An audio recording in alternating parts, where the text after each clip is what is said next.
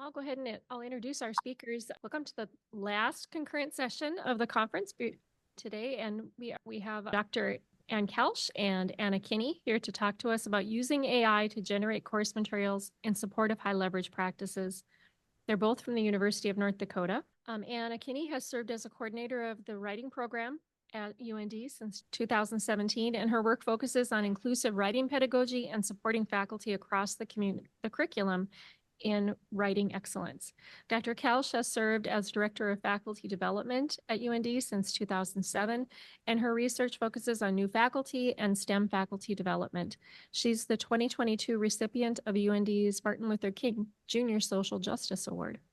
And with that, we'll turn it over to our speakers. And I don't know if you can see the room, Dr. Kelsch and Ms. Kinney, but you have a very full room here today. So we're excited to hear what you have to say. Excellent. Well, welcome everyone. So you'll notice on this first slide, there's both a QR code and a short link. This will take you to our slide deck. There's a lot of links and resources for continued work after this short session. And these will also be on the very last slide. So if you're not able to get them yet, we'll show them again.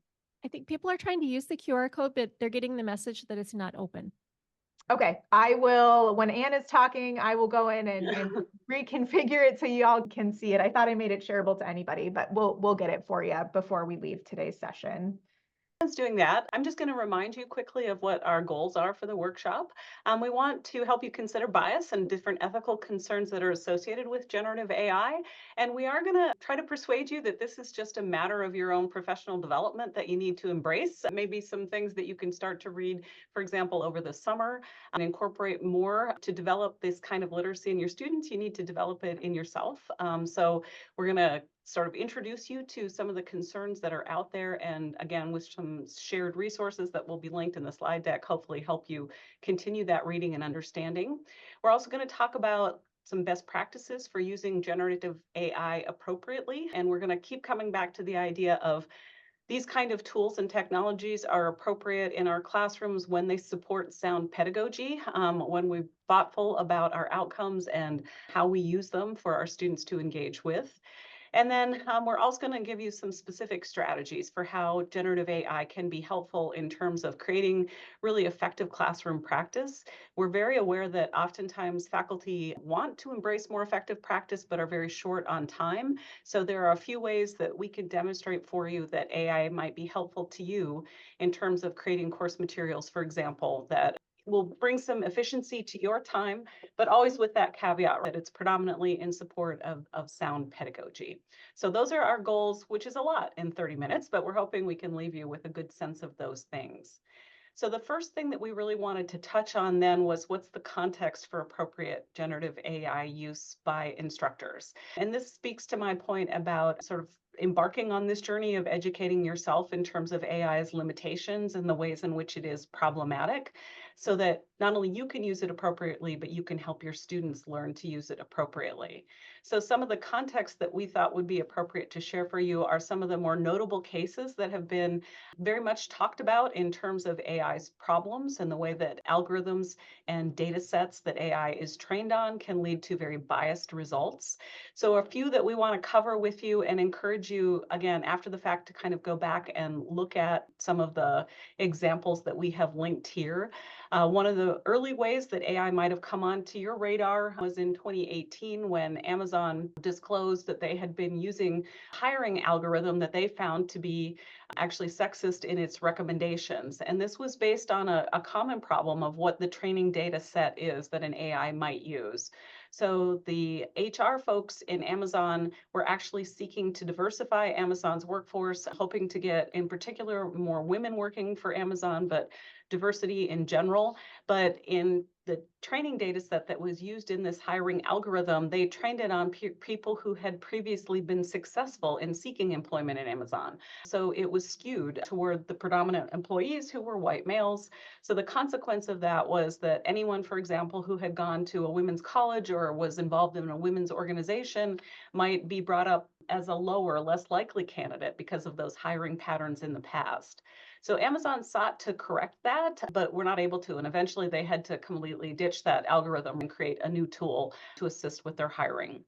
Another one you may have heard of is the use of COMPASS, which you can see the acronym here, Correctional Offender Management Profiling for Alternative Sanctions.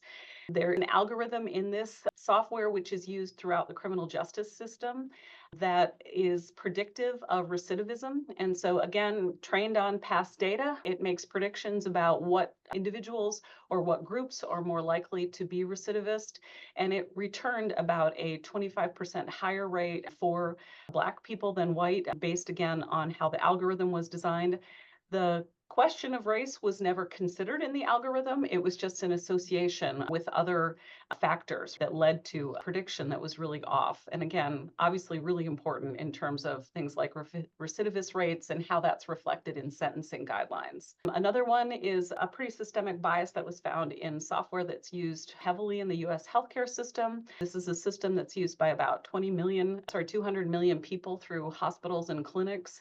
And in this software system, there are predictions about the cost of healthcare and how that influences decisions that are made by insurance companies.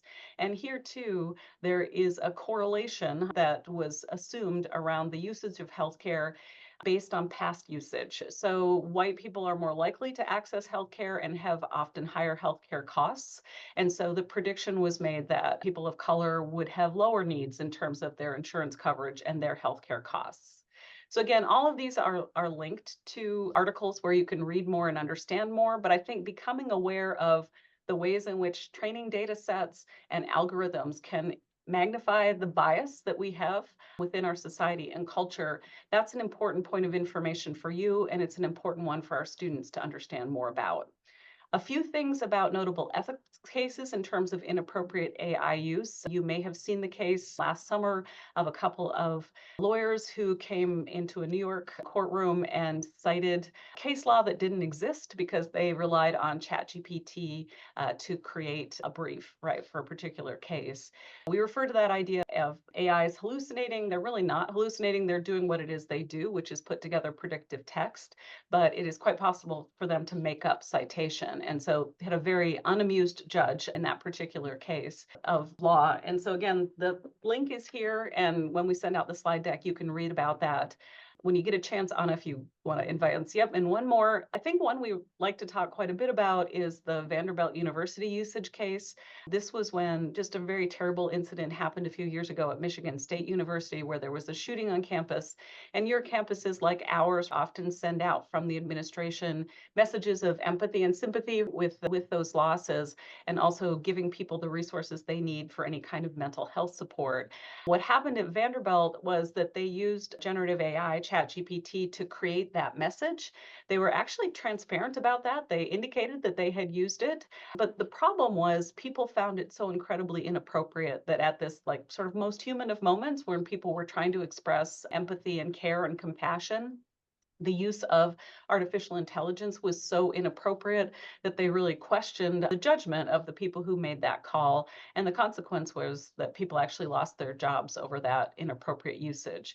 So for us in higher ed, I think that's a good understanding when it's appropriate to use it in terms of what it is that we need humans to do, what humans do well, and how we should think discriminatingly about AI use. One last one, Anna and I have heard a number of faculty say that they really like the idea that they can use generative AI, for example, to write recommendation letters for their students. And this might be another good place to be thoughtful about where human connection and human touch is important and matters. This study found that generative AI replicates all of the gender bias that exists in recommendation letters. So, for example, using characteristically masculine terms to describe male candidates, feminine terms to describe women candidates, stereotyping and characterizing people in those ways where women are often described in terms of their ability to be supportive or nurturing, and men are described in terms of their intellectual capacity. All of the bias that humans have are replicated in the biases that are evident in AI-generated materials. So again, something for us to be cognitive and aware of and to educate ourselves around. So there are a lot of ways to educate yourself, though, about how AI can be used, how it's handled in your discipline. Style guides have responded to an increase in AI-generated material with ways to be appropriately transparent and attribute these. Our professional organizations too are starting to develop guidelines for appropriate use in fields. We're really advocating that faculty ground their approach to their own use and their students' use in these professional organizations that reflect our disciplinary uses of it in the future. This includes journals. Journals have started to identify ways where it is or is not appropriate to use AI-generated content or tools. Granting agencies are in that same space. There are a lot of different rules for these. NIH, for example, has said that you cannot use AI at all in the peer review process. And so it's really important that you're looking there, and your colleagues are going to be an outstanding resource. We're actually in the middle of an AI workshop here at UND right now today, and we're working to connect our faculty with one another to hear both how different disciplines are doing this and what their disciplines and their colleagues are doing inside the field. So a few best practices to be mindful of using generative AI in your teaching. The first that we think is really important is people want to know when they're interacting with artificial intelligence, and it's up to you to disclose that. And we're really encouraging people to do that. We did not use AI in generating this workshop, but when we have AI generated text ever in sessions that we're doing or workshops that we're doing, we're very clear about that. This is how this was generated. So attribution is another part of that engagement with it. You attribute to it. You're starting to see people say things like AI was used in brainstorming this. AI was used in a certain way in this context. Another one is data privacy. This is a really big issue. For example, putting student work into an AI is not appropriate without their permission. So you need to be aware of your own data privacy. This is actually a much larger issue in our society that people often don't pay much attention to. But we need to protect our students' privacy, and we also need to be aware of it as an issue for our own. We have colleagues in the law school now who are having to use AI all the time because it's integrated into LexisNexis, which is the big search database that's used for case law. And their first thing they teach all of their students is you never put any kind of client information right into that engine. So be aware of the data privacy issues. And again, a sound principle will always come back to any of your usage should be grounded in appropriate pedagogy, what we know about evidence-based practice. And we'll do that in demonstrating or showing to you some of the things that might be useful to you. And always, right, come back to what it is that humans do well and what humans should do. And so we argue and advocate for us grading our students' work and us giving our students feedback in our voice, because those relationships matter in terms of supporting learning. So this takes us to part 2, which is where we kind of get into how generative AI can support sound pedagogy, always starting with student learning first. So we kind of have used a model of diagram on the slide, and just to explain it quickly, we kind of have the why on one side. What is the student learning issue you want to address? And then the how on the other side. How can AI help generate course materials that address that? So that's kind of the schemata that we've used in order to guide you through some of these appropriate uses. So the first use that we're going to talk about, the why, would be that students don't understand abstract concepts. Oftentimes when people are confronted with new and complex ideas, they struggle to absorb them, or they think of them as very context specific, and they're not able to apply them across various contexts. So we know that's a common problem people struggle with as they're introduced to new and especially abstract ideas. So how is it that generative AI can help with that? So it can help you in terms of articulating scaffolded explanations for students. We oftentimes are expert learners and we forget what it is to be novice learners. And so being able to deconstruct a concept that's familiar to us and to be able to scaffold it in a way that might make it more understandable to someone who's not as practiced a learner is a really valuable thing that AI can help with. Another thing that it can help with in that regard is generating multiple examples. So multiple examples of a single concept can help students decontextualize the idea from the example. It can help them with the recall and the understanding of things, help them see how real-world applications exist for some of these abstract concepts, and help them with that process of transfer. And it also can be really helpful if we offer analogies so that students can transfer what feels like an abstraction to different illustrative analogies that may make that concept more easy for them to grasp or easier for them to recall and to hang on to. So we wanted to share with you a prompt in generative AI that can be useful to get these kind of scaffolded explanations or multiple examples or analogies. We have relied heavily for this example from a citation that we have here.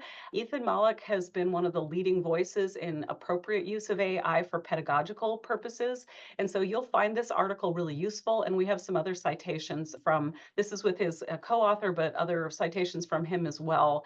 So if you look at this prompt, this is a good illustration of how sophisticated prompting needs to be to generate really good, useful materials. So I'd like you to act as an example generator for students. When confronted with new and complex concepts, adding many and varied examples helps students better understand those concepts.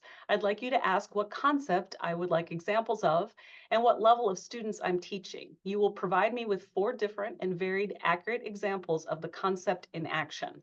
So Ethan Mollick has worked really hard. How do we give an appropriate prompt that's going to give us something really useful to work with? So we used this prompt to explain the concept of metacognition. And so in the first case, we asked for an explanation that would be geared toward. So you can read that metacognition is a crucial aspect of learning that involves understanding and controlling one's own cognitive processes. It's essentially thinking about your own thinking. Strategies allow students to monitor, plan, regulate their learning effectively. It can help us support our students in becoming more independent and effective learners. Imagine a student studying for an exam. They use metacognitive strategies when they reflect on their own learning. They might ask themselves these questions. Okay, so that's the text generated by ChatGPT in response to that prompt when we gave it the term metacognition and we said the audience was faculty. As an illustration, when we changed the audience to student, this was the response. Metacognition is like being the boss of your own brain. It's all about understanding how you think and learn so you can make the most of your schoolwork. When you use metacognition, you're not just learning the material, you're thinking about how you're learning it. It's like having a superpower that helps you study smarter, not just harder.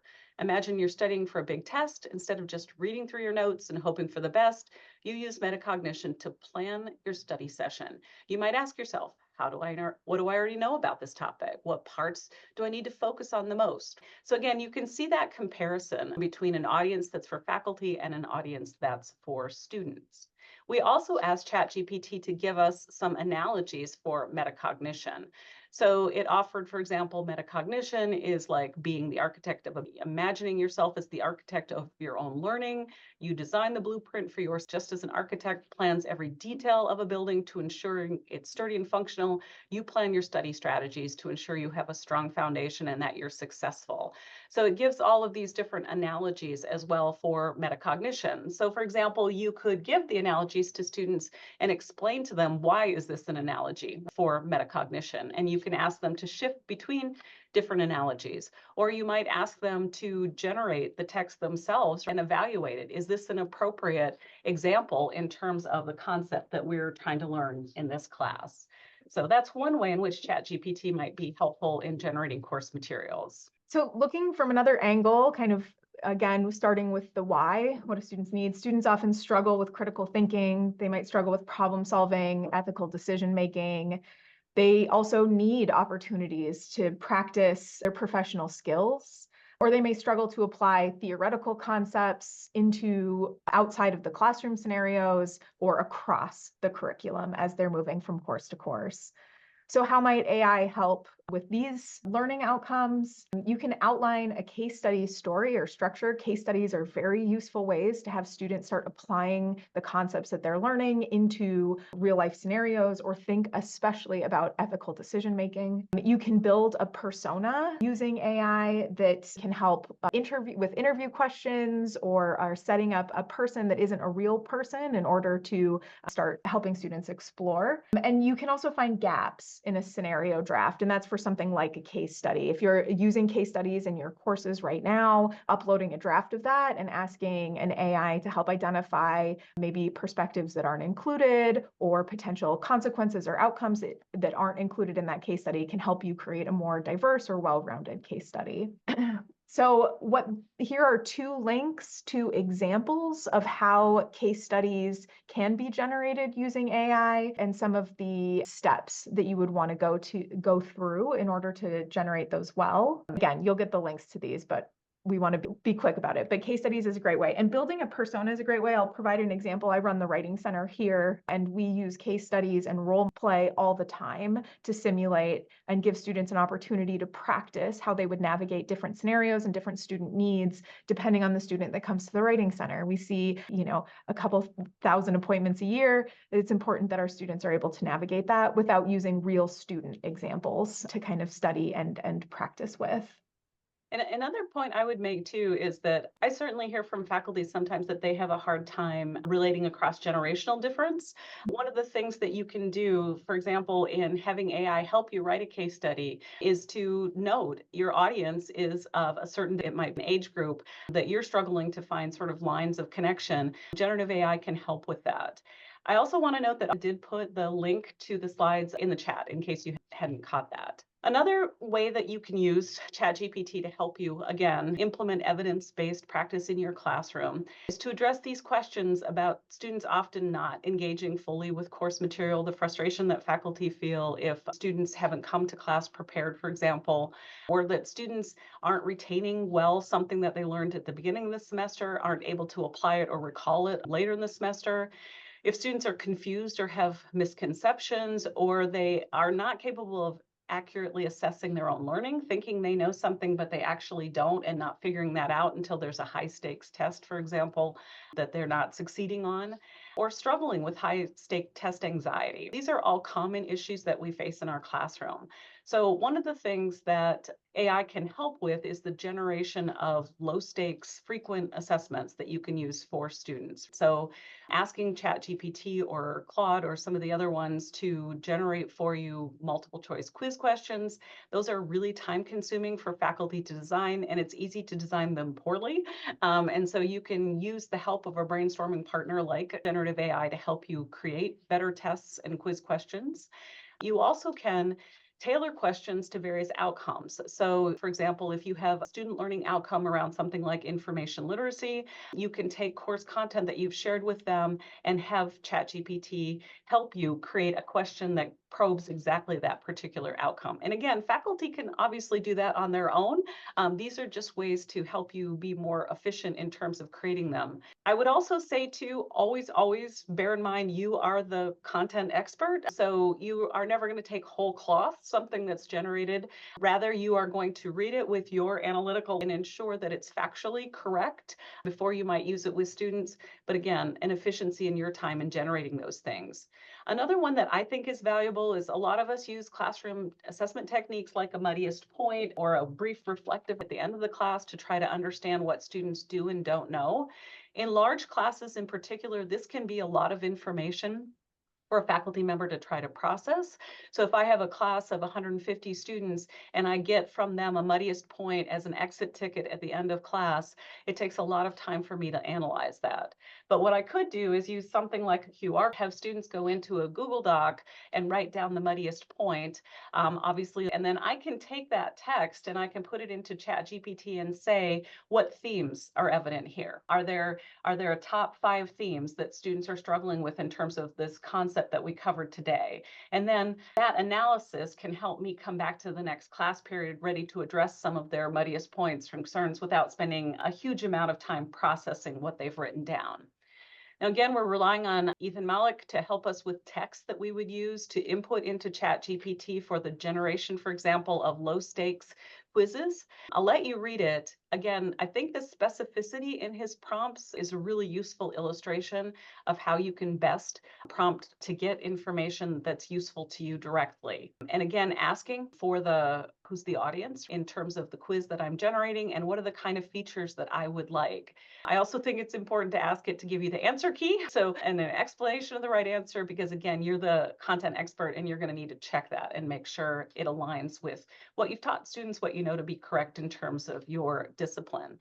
But we think of quizzes and testing as just assessing students, but they're not just a way to measure knowledge. They're also learning events. And if students are allowed to practice these things in low stake environments, then they're much more likely to get knowledge retrieval and recall and to help manage some of the real stress that occurs when they have to answer these questions in high pressure situations. Okay, we're going to look at one more because we just have 5 minutes left. So here are some more some issues we may see see. Students don't read deeply. They aren't exercising their agency or authority. A lot of these information literacy moves that we ask them to do, they might not apply assessment criteria or know how to apply assessment criteria to work. Or they don't understand the limitations of AI, all things that have to do with information literacy. And so AI can be used to help generating texts for students to critique. Again, we do this a lot in the Writing Center. If I want them to hone in, we just did logical fallacies earlier this semester. And so we had a text generated with a bunch of logical fallacies kind of in nature and worked from that. So that's another thing you can do.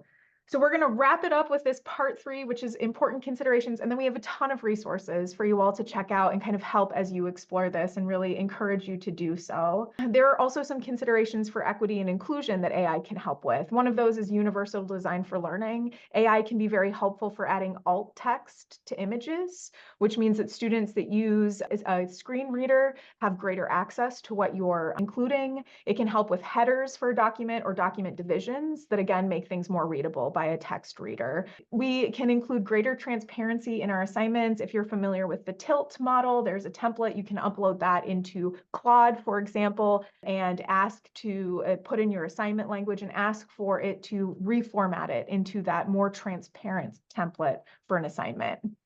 You can also ask for a greater diversity of examples. If you do an inventory of what students are engaging with and there's a lack of diversity or different viewpoints, AI can help you build in a greater repository of diverse examples.